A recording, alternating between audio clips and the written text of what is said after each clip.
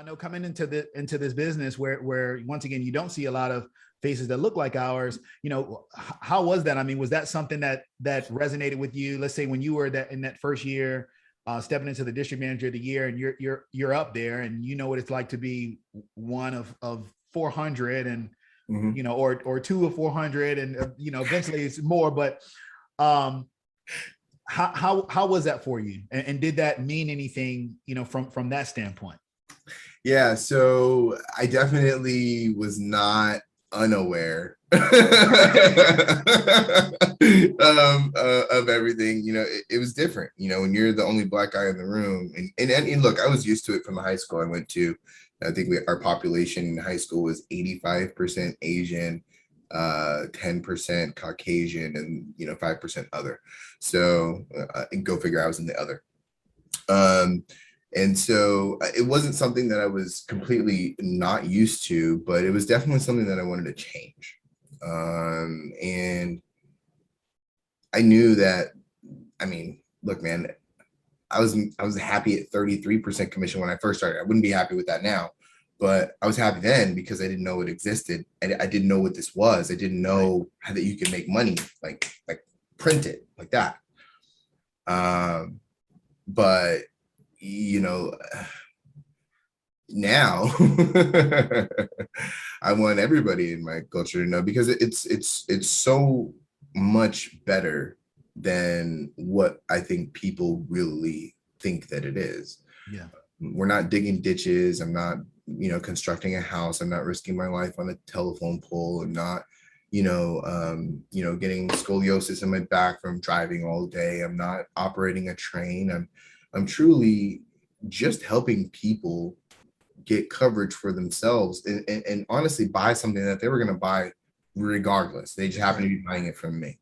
That's right. And if I could do a really good job, then I get referrals and, you get all the other intrinsic value things that are there. But, I think that, when I first got started and I saw that there was next to zero Black people in the industry, and that's in general, now that I'm, seeing it across the board on a broader scale, not just in one organization. Correct. Too, I'm in a massive nationwide organization. That there's it's that way the whole time, and my biggest, I guess, happy moment, honestly, was when I saw you creating this page. And you've got a couple other people out there now that are really starting to advocate for insurance for our community. But look, our community, we buy insurance, right? The Black community buys insurance like crazy. We just don't buy it from each other. Mm-hmm. I think that's a stipulation in it, or I'm sorry, a situation. Sorry, wrong S word.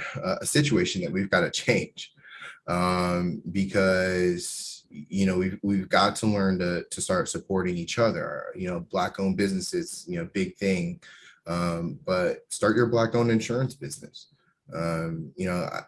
People don't truly know what's out there in this industry. It doesn't have to be this hard grind where you talk to your friends and your family about insurance, and that's how you build your business. That's long gone, so far removed. You can start your business today. You can start your business tomorrow. All it takes is a license. All it takes is a test, and you can get started. And the beautiful thing is that this is recession proof. When I was deciding about insurance and really trying to see, okay, well, where did I want to take my family? I was in between being a personal trainer and following my athletic route, kind of really building a platform and doing all that stuff in my young 20s, or jumping into insurance, or mid 20s.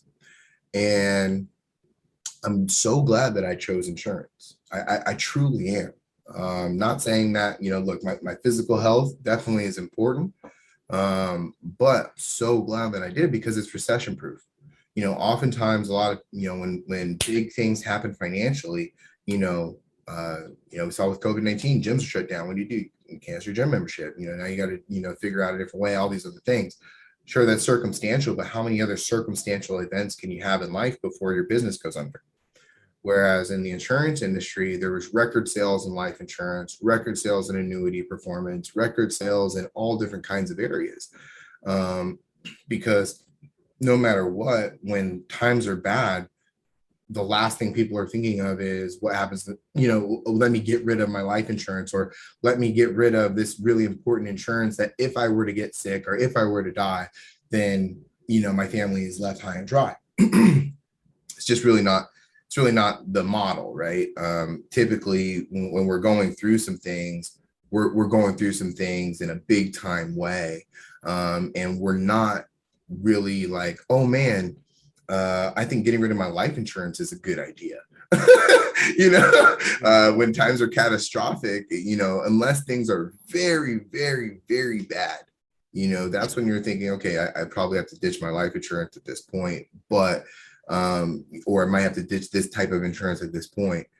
But on average, more people are increasing their policies. More people this is what you need adding. when things are bad. When you think when things are bad, you're like, hey, okay, this is the now it's on my mind. I hope I don't have to use this or could use it. I mean, once again, I think we already mentioned that anything can happen, at any time, and the last year has proven that to us. The world can stop, at an instance, and anybody's world can stop, at an instance, regardless of age, race, creed, color, whatever. Man, not to cut you off, but I 100% agree with the sentiment, Yeah, 100%. Yeah, man. There's a big need for insurance agents now more than ever before. And, I'm lucky to know enough about the industry, to be able to place people in different positions. There's been some quotes I've run from a life insurance perspective where, I'm illustrating where, someone in their 30s is able to pay for their life insurance, have a death benefit now, in about 10 years, have enough money to pay for college for his daughter, take out, up to $30,000 a year for the next 8 years for daughter and son. Now that's out of his life insurance policy. That's not affecting anything that he has already going on with his current bills. He's already placed it in, all those different things. Now at the end of kids' college, he's still paying for life insurance. That benefit rebuilds. He's got $1 million by the time he's in his 60s. And that's all inside of life insurance where, it's tax-free, no probate, and there's a benefit no matter what, whether he's alive or dead. I did another one where, individuals said, hey, all this COVID stuff's going on, but, one of my family members died of cancer.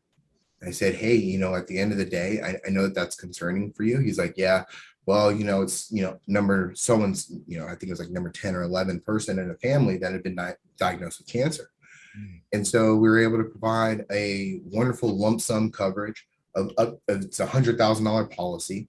And so if God forbid this individual gets diagnosed, there's $100,000 there benefit for them to be able to pay for those deductibles, co-payments, mortgage payment, lifestyle, income, whatever it is. New doctor in Mexico, new doctor in Nevada, what integrative health, whatever it may be. But that money is there. I think that there's a lot of misconceptions as far as how insurance works. There's a fear around it, right? I really encourage people to reach out. I know that Rod will probably have some of my links in here, but reach out to me, reach out to Rod. There are so many things that you can prevent with insurance in your life, and also things that you can provide, right? The 2 P's, prevent and provide, right? And those are 2 things that you can do with life insurance, with different types of insurance protection that are out there. I highly encourage you, if you're wondering, how am I going to be able to protect my life and make sure that my kid goes to school and make sure that I've got some money for retirement, I can do that in one life insurance policy right now. Yeah. Hey, look, I'll add a third P. You said prevent, provide, plan. Yeah. You prevent, provide, and you're planning. You're establishing something for the future. It's that generational wealth building, that you mentioned. And when we talk about insurance, that's something that we hadn't initially brought, but you brought it into the conversation. And I think that's so powerful to hear, that it's not just about having that coverage as a death benefit. It's about being able to leverage that coverage so that you can have a benefit and understand that, hey, I can utilize this for something that I'm planning in the future and not have to, compromise or make adjustments to my normal life. And that's also still going to grow. And by the time I'm still utilizing that in my planning process all the way up until retirement age, because it's going to come, none of us is going to be young forever, Right. Right.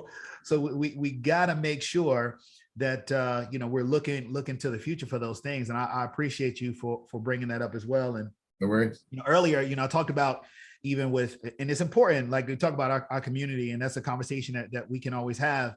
And earlier I said, hey, you on the West, me on the East, quota fill, but shit, we had to put in that work. You still have to have the talent and the ability. Oh yeah. Because it's, yeah. Yeah. You remember that life insurance enrollment I did in San Francisco? I don't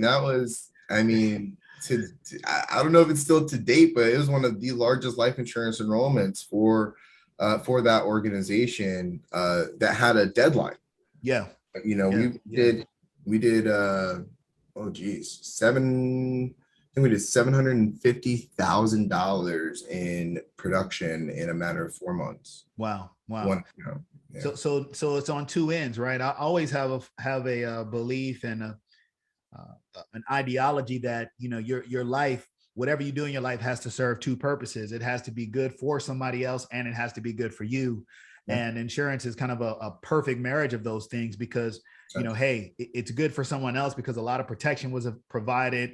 Families are going to be able to, prevent financial catastrophe because they plan properly. And then on the flip side, one of the things that, will hook you into this business is the fact that not only are you doing something good, but it is incredibly lucrative as well. You talked about the income continuing to increase. A lot of that is with those renewals that we see as well, and those continue to add up year after year. So that's why I say it's the most underrated business opportunity in the country, maybe even in the world, because I had no idea until I was in my 30s. Same thing with you, right? Yeah, I was late 20s, late 20s? Yeah. And I wish I'd known early 20s. I hired somebody, he'll be 21 in a month. And he's very, very talented. Very, very, very talented. And I keep looking at this guy, and I look at him like a little brother now. And I'm like, man, you know how lucky you are. You got 10 years on me. Yeah. And he's walking into some of the big deals that I'm landing with, different things that, I'm doing in the work site. Yes. He's been with me as I, been branching out and doing all different kinds of things as an independent contractor and really maximizing my insurance license in the industry. And he's watching that whole thing along the way. And I'm just sitting here sometimes and I look and I'm like, man, you're about to be 21 years old. You can't even drink. And, he goes the other day, he's like, man, I want to get myself an early birthday present. And I go, what are you going to get? He pulls up to my house in a, used, but really nice Mustang GT 500, some crazy vroom, vroom. And I'm like, man, just be careful. He's like, oh, you see, it's wrapped and it's got a sound system in it. And I'm like, no, I heard you. I heard you coming up the road. The road, right. But, what would I have done at that age? I would have probably done the same thing or something worse with the money. But the point is that he had the freedom to be able to do it. And he wasn't sweating it. I said, how much did you pay for the car? He's like, yeah, about 9-10 grand. And I'm like, well, that's not bad. He's like, well, I was thinking about getting the one for 15, but I think I made the smarter decision. And I'm like, I'm like, dude, you're like 21. Like, to be able to have that kind of decision-making power, and he's a young Black man. That's what we need in our community. That more of that, and I encourage that. And obviously, I don't encourage stupidity. He earned it. But at the end of the day, it felt so good to be able to see that, because I watched him when he was, washing dogs, or I knew him when he was washing dogs and taking care of dogs, dog sitting and stuff. And not to say that that's not a great profession. I love my dog walker. But at the end of the day, this kid's got some serious talent. and he put the pedal to the metal, and I'm so happy for him. Yeah. You know, and he's going to impact multiple people in our culture as well, just from his success. And so Yeah. I think that in life, oftentimes we're always looking for like a one-sided win, right? Like, how do I win? How do I? And insurance is the only industry where looking out for yourself is actually looking out for others. Absolutely. And there's other industries out there like that, right? Like, I don't know, but you're not able to Certainly make, is there.